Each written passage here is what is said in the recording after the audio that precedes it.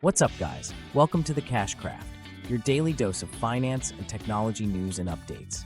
Miguel Marquez retired at 43 by moving to countries where his money could stretch 5 times further, and his investment strategy is the opposite of what most early retirees do. Most people chasing financial independence in high-cost countries think they need $1 million portfolio. Marquez proved you can skip that entire grind by arbitraging geography, earning in strong currencies, spending in weak ones. He hit what's called lean FI by saving 70% of his income as an international professor. But here's what makes his story different. He didn't build his freedom on index funds or real estate. He used something called the permanent portfolio, a strategy most finance influencers have never even heard of. Marquez started in Spain, earned his undergraduate degree there, then spent years bouncing between teaching positions across continents. The breakthrough wasn't a promotion or a side hustle. It was realizing that $2,000 a month in Southeast Asia buys what $10,000 barely covers in New York or London. He engineered his life around that math.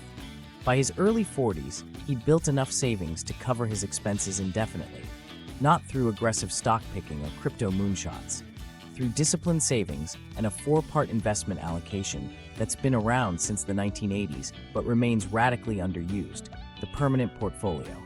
Equal parts stocks, bonds, gold, and cash, put 25% in each, rebalanced annually.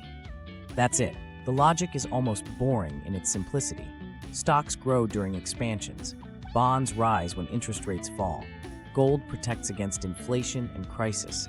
Cash gives you dry powder and stability. No matter what economic season you're in, boom, bust, inflation, deflation, one of those 4 assets is working for you. The portfolio doesn't try to beat the market, it tries to survive every market. Most early retirement stories you hear involve someone dumping everything into VTSAX or Bitcoin, riding a bull market, and claiming genius. Marquez did the opposite. He assumed he couldn't predict the future, so he built a portfolio that doesn't require prediction. It's designed for someone who wants to stop thinking about money, not someone trying to optimize every basis point. Here's the part that challenges the conventional FIRE playbook.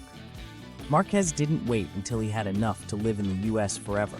He redefined enough by choosing where he lives. He's not sacrificing quality of life. He's accessing better healthcare, housing, and food for a fraction of the cost. The permanent portfolio gives him stability.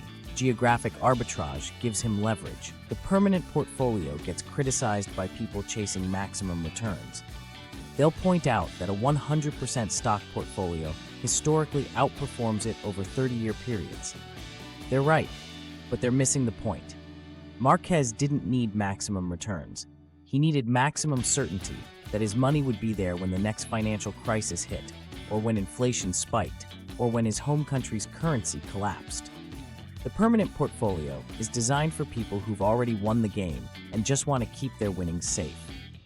What most people miss is that financial independence isn't a number. It's a ratio between what you have and what you need. Marquez hacked the denominator instead of obsessing over the numerator. He lowered his needs by moving to places where $2,000 covers rent, food, healthcare, and travel. That meant he could stop working years earlier than someone grinding toward a $2 million portfolio in San Francisco. The bigger picture here is that the traditional FIRE movement is optimized for people who refuse to leave expensive countries. If you're willing to be geographically flexible, the math changes completely. You don't need to save 25 times your annual expenses if you can cut your expenses by 70% by moving. And you don't need to take portfolio risk if you've already reduced your burn rate to the point where a conservative allocation still covers everything. The question you should be asking yourself isn't whether you can save $1 million. It's whether you're willing to live somewhere that makes $1 million unnecessary. Marquez proved that location is the most underrated variable in the entire financial independence equation. Personally, I'm still building toward traditional FI, but I'm watching the permanent portfolio more closely now. If I hit a number that covers my expenses in lower-cost regions, I'd rather take the certainty of 25% in each asset class than keep chasing returns I don't actually need.